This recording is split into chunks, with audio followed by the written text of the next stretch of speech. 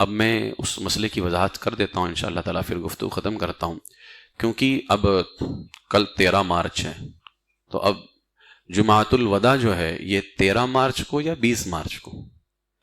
لوگ تشویش کے شکار ہیں، کیونکہ اس سال جو ہے 13 مارچ کو جمعہ ہے، اور جو 20 مارچ کو جمعہ ہے، اگر چاند 29 کا ہوا تب تو وہ جمعہ نہیں ہوگا، اور اگر 30 کا ہوا تو 20 مارچ کا جمعہ ہوگا۔ یعنی اگر آنے والے جمعرات کو چاند دکھا تب تو سیدھا عید ہی ہے، اور اگر نہیں دکھا تو پھر جمعہ ہے۔ اب پتہ چلا کل الوداع منا لیا، چاند نہیں دکھا تو پھر لوگ بولیں گے 2 الوداع ہو گئے اس سال، اور اگر کل نہیں منائے اور چاند بھی نہیں دکھا، چاند بھی دکھ گیا، بولے تو اس سال تو الوداع ہوا ہی نہیں، رمضان قبول ہوا کہ نہیں معلوم نہیں۔ یہ تشویش پائی جا رہی ہے، ٹھیک ہے۔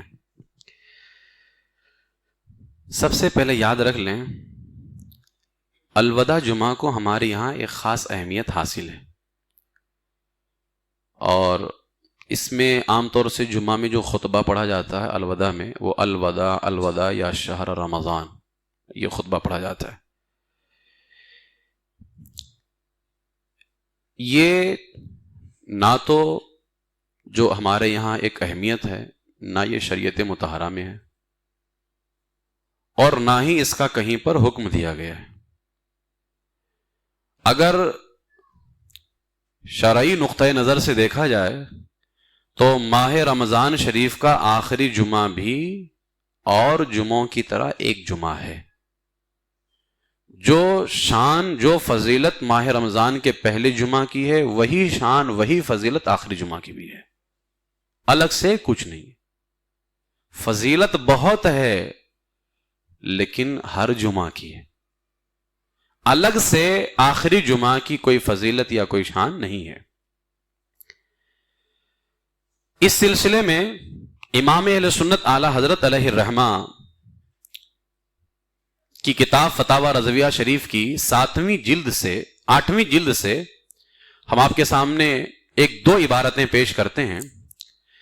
8ویں جلد میں صفحہ 454 اس میں اعلی حضرت علیہ الرحمہ فرماتے ہیں، الوداع کی رائج ہے، یعنی جو الوداع رائج ہے، نہ کوئی حکم شرعی ہے نہ اس سے منع شرعی ہے۔ یعنی اگر کوئی الوداع پڑھتا ہے تو شریعت کا حکم بھی نہیں ہے، شریعت نے منع بھی نہیں کیا، نہ حکم شرعی ہے نہ اس سے منع شرعی۔ ہاں، علماء اس کا التزام نہ کریں، علماء اس کو لازم نہ کریں، کبھی ترک بھی کریں، چھوڑ بھی دیں۔ جو خطبہ امام پڑھتے ہیں الوداع والا، کبھی رمضان کے آخری جمعہ کو اس خطبے کو چھوڑ بھی دو، اس لیے کہ عوام واجب نہ سمجھنے لگے۔ یعنی پڑھو، نہ شریعت میں منع ہے اور نہ شریعت میں حکم ہے۔ منع کیسے ہو سکتا ہے؟ بندہ یہی تو کہہ رہا نا، اے شہر رمضان الوداع ہو، اس میں مسئلہ کیا ہے؟ تو منع تو ہو نہیں سکتا، اور حکم بھی نہیں ہے، کیونکہ اگر رمضان کے آخری جمعہ کو الوداع پڑھنا ہے تو بھائی آخری دن بھی تو پڑھ سکتا ہے۔ تو نہ حکم ہے نہ منع ہے، لیکن علماء اس کو لازم نہ کریں کہ عوام واجب سمجھنے لگے۔ پھر فرمایا سچی الوداع قلب سے ہے، سچی الوداع قلب سے ہے، کہ رمضان شریف کے آنے سے خوش ہو اور جانے سے غمگین، یہ سچی الوداع ہے۔ پھر فرمایا اور اگر یہ حالت ہو کہ آنا بوجھ تھا اور جانے کے لیے گھڑیاں گنی، فرمایا یہ تو جھوٹی الوداع ہے۔ آج مسلمانوں کا حال ہی ہے، اللہ ماشاء اللہ۔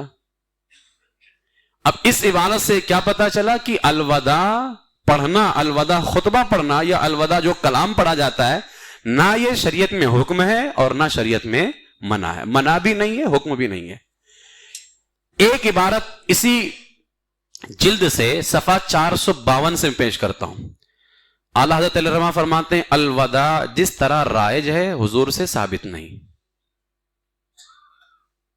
حضور صلی اللہ علیہ وسلم سے ثابت نہیں، نہ صحابہ کرام و مجتہدین اعظام سے ثابت، نہ اس کا موجد معلوم، ایجاد کرنے والا، یعنی یہ ایجاد کس نے کیا یہ بھی نہیں پتا ہے، نہ صحابہ سے ثابت، نہ سرکار سے ثابت، نہ موجد معلوم۔ ہاں وہ اپنی، یعنی اب جو پڑھتے ہیں الوداع ہے یا خطبہ جو بھی ہے، یہ اپنی حد ذات میں مباح ہے۔ مباح کا مطلب کیا ہوا؟ کیا تو ثواب بھی نہیں، نہ کیا تو گناہ بھی نہیں۔ نہیں اگر کسی نے الوداع پڑھ لیا تو ثواب ملے گا، اگر جمعہ کو ہی ثواب ملے گا تو کل اگر پڑھ دے تو، یعنی خاص یہ اہتمام کرنا جمعہ کو یہ مباح ہے۔ اور ہر مباح یعنی اگر کوئی ایسا کام ہو، جیسے فرمایا گا نا کہ کھانا بندہ کھائے، کھاؤ گے تو ثواب بھی نہیں ملے گا، نہیں کھاؤ گے تو گناہ تھوڑی ملے گا۔ لیکن اس طرح کے جو مباح کام ہوتے ہیں اگر نیت اچھی ہو تو اعلیٰ فرماتے پھر وہ مستحب ہو جاتا ہے۔ یعنی اگر بندہ یوں ہی پڑھ رہا ہے تب تو یہ مباح ہے، لیکن اگر اس کی یہ نیت ہے کہ ماہ رمضان شریف رخصت ہونے کو ہے، میں پڑھوں تاکہ لوگ جو ہے غمگین ہوں اور ماہ رمضان شریف کے آخری لمحات میں عبادتوں میں زیادہ کوشش کریں، اگر نیت یہ ہو تب فرمایا گیا تب تو اس کو ثواب بھی ملے گا، تب تو اس کو ثواب بھی ملے گا، اس لیے کہ نیت اچھی ہو گئی ہے، اور نیت مومن کی نیت اس کے عمل سے بہتر ہوتی ہے۔ پھر فرمایا اعلیٰ حضرت علیہ رحمت و رضوان نے جمعہ کے لیے خطبہ شرط ہے، خاص خطبہ، الوداع کوئی چیز نہیں، خطبہ شرط ہے، الوداع خطبہ کوئی شرط نہیں۔ ان کے ترک سے یعنی چھوڑ دے خطبہ، الوداع خطبہ نماز پر کچھ اثر نہیں پڑ سکتا، اس کے ترک میں کچھ خلل نہیں، نہ تارک پر، چھوڑنے والے پر زجر و ملامت جائز، جبکہ ترک بر بنائے وہابیت نہ ہو۔ ہاں اگر وہابیت ہے تو وہابی کے پیچھے نماز بے شک ناجائز، محض باطل، اور وہ زجر و ملامت سے بھی سخت ترک کا مستحق ہے۔ یعنی عام طور سے لوگ یہ سمجھتے ہیں کہ اگر خطبہ نہیں پڑھا الوداع والا تو لوگ یہاں تک کہہ دیتے ہیں امام صاحب نے خطبہ ہی نہیں پڑھا الوداع کا، نماز نہیں ہوئی، اب امام کو پتہ نہیں کتنی دعاؤں سے لوگ نماز دیتے ہیں، یعنی الوداع خطبہ نہیں پڑھا تو بیچارہ اتنی دعاؤں کا مستحق بن جاتا ہے، جبکہ خود جاہل ہے، مسئلہ لوگ نہیں جان رہے ہوتے۔ الوداع خطبہ اگر نہ، یعنی کل والا جمعہ اگر ہو بھی جائے آخری، آنے والے جمعہ کو ہی عید ہو جائے، تب بھی الوداع خطبہ پڑھنا شریعت مطہرہ میں کوئی شرط نہیں ہے، اگر اس نے عام خطبہ پڑھا نماز بغیر قرائت کے تب بھی ہو جائے گی۔ میں نے بتایا نا اگر نیت یہ ہو کہ ہم الوداع پڑھیں تاکہ لوگ بچے ہوئے لمحات کے اندر عبادتوں کا اہتمام زیادہ کریں تب تو اللہ ثواب عطا فرمائے گا، لیکن اگر یوں ہی پڑھ رہا ہے تو ایک مباح چیز ہے، اور مباح پر نہ کوئی ثواب ہے نہ کوئی گناہ ہے، جیسے کھانا کھاؤ گے تو ثواب بھی نہیں ہے، نہیں کھاؤ گے تو گناہ بھی نہیں ہے۔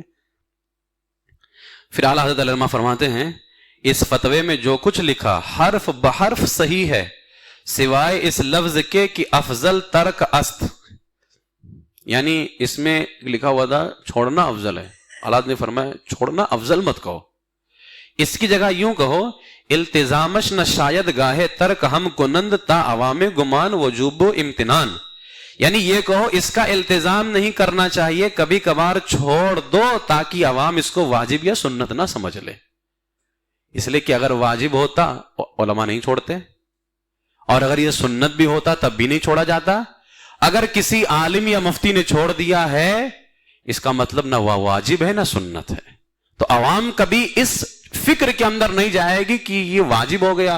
اب ظاہر سی بات ہے جب عوام کا ذہن واجب کا بن جائے گا نا تو پتہ ہے جانتے کیا ہوگا، اگر کہیں کسی مسجد میں الوداع نہیں پڑھا گیا تو سیدھے سے جمعہ ہی نہیں ہوگی، یہ عوام کی فکر ہے، اس لیے علماء پر لازم ہے کہ کبھی کبھار چھوڑ دیا کریں۔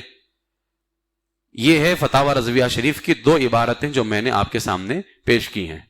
اس سال ایسا لگتا ہے کہ یہ علماء کے لیے موقع آ گیا ہے کہ اس سال چھوڑا جائے تاکہ عوام واجب نہ سمجھے، کیونکہ عام طور سے تو ہم لوگ بھی پڑھ ہی دیتے ہیں، تو اس سال ایسا موقع آ رہا لگتا ہے کہ اس کو چھوڑا جائے، ٹھیک ہے۔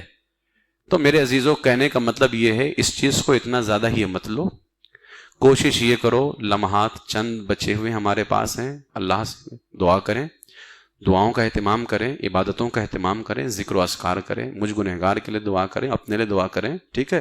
ان چیزوں میں اپنی توجہ کو آپ یہ کیجئے، ماہ رمضان شریف کا آخری جمعہ نہ ان جمعوں سے الگ ہے جو پہلے جمعہ ہوئے، پہلے جمعہ کی طرح وہ بھی ایک جمعہ ہے، جیسے اور جمعہ میں 14 رکعت ویسے اس میں بھی 14 رکعت، جیسے اور جمعہ میں 2 خطبے ویسے اس میں بھی 2 خطبے، ہے نا؟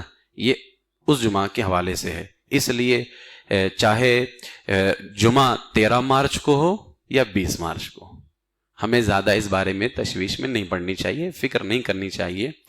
ہاں یہاں پر جو ہے علم فلکیات کے حساب سے اشارہ جاتا ہے کہ جو ہے آنے والے جمعہ کو 30واں رمضان ہوگا انشاءاللہ تعالی، علم فلکیات، لیکن وہی ہے جو میرے رب کی مرضی ہو۔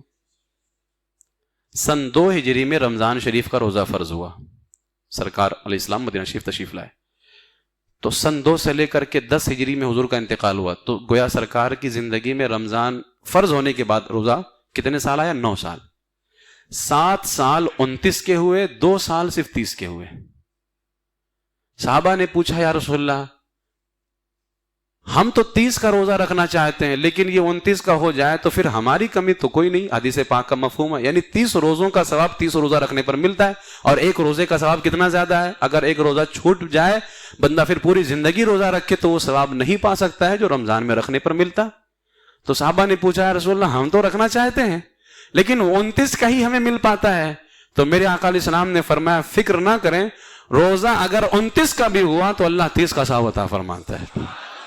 تو ہمارے حق میں تو دونوں بہتر ہیں، چاہے 29 کا ہو یا 30 کا ہو۔ خیر یہ باتیں تھیں اس حوالے سے۔ آخری آپ لوگوں سے بس اتنی گزارش ہے کہ ماہ رمضان شریف کا جو آخری جمعہ ہے وہ بھی ہر جمعہ کی طرح، اتنی بات یاد رکھ لیں، ٹھیک ہے؟ اگر الوداع پڑھتے ہیں تب بھی ٹھیک، نہیں پڑھتے ہیں آپ بولیے، اب نہیں پڑھتے ہیں تب بھی ٹھیک ہے نا؟ ہاں نیت اچھی ہو بندے کی، اور یہ ہو کہ میں پڑھوں گا الوداع تو لوگ مطلب جو ہے نا میرے پڑھنے کی وجہ سے تھوڑا فکر کریں گے اور گناہوں سے اپنے آپ کو بچانے کی کوشش کریں گے، عبادتوں میں تھوڑا دھیان دیں گے تو اللہ تعالیٰ ثواب بھی عطا فرماتا ہے، ٹھیک ہے؟ کہ تمہاری کسی عمل کی وجہ سے اگر بندے ہدایت میں آئیں یا نیکی کی طرف آئیں تو اللہ تعالیٰ اس عمل کا ثواب عطا فرماتا ہے۔ اللہ تبارک و تعالیٰ کی بارگاہ میں دعا ہے کہ پروردگار عالم ہم سب کو مذہب حق اہل سنت و جماعت مسلک اعلیٰ حضرت پر استقامت عطا فرمائے اور اسی پر ہمارا خاتمہ نصیب فرمائے۔ وآخر دعوایا ان الحمد للہ رب العالمین۔